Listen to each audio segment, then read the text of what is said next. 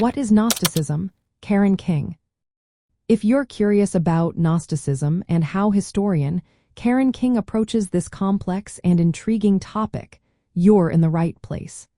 Let's uncover what Gnosticism is and how King's work sheds new light on it. Gnosticism is a term that comes from the Greek word gnosis, meaning knowledge or insight. It's a collection of religious ideas and systems that emerged in the late 1st century AD, particularly among early Christian sects. These groups emphasized personal spiritual knowledge above the traditional teachings and authority of religious institutions. Karen King, a renowned historian of early Christianity, has dedicated a significant part of her career to understanding Gnosticism. In her book, What is Gnosticism?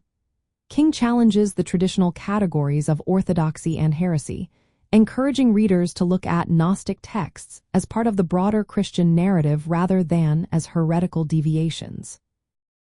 Gnostics believed in a supreme, hidden God and a lesser, malevolent divinity associated with the material world. They saw the material universe as flawed or evil and believed that salvation came through direct knowledge of the hidden divinity, achieved through mystical or esoteric insight. This knowledge, or gnosis, was central to their spiritual practice.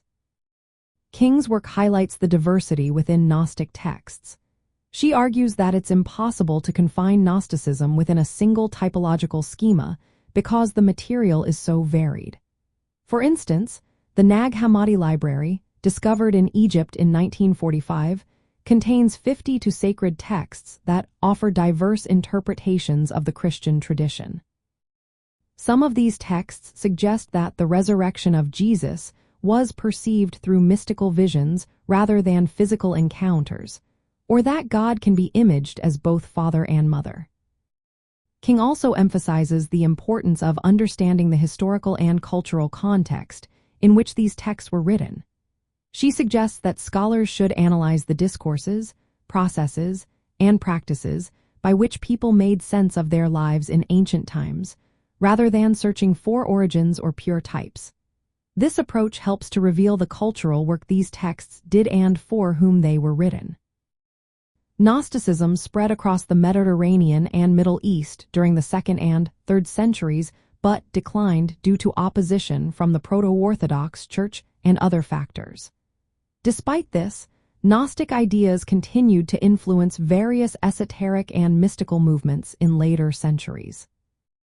In summary, Karen King's work on Gnosticism encourages us to view these texts as an integral part of early Christian history, rather than as heretical outliers. By examining the variety and complexity of Gnostic material, we gain a richer understanding of the diverse ways people sought spiritual knowledge and enlightenment in ancient times.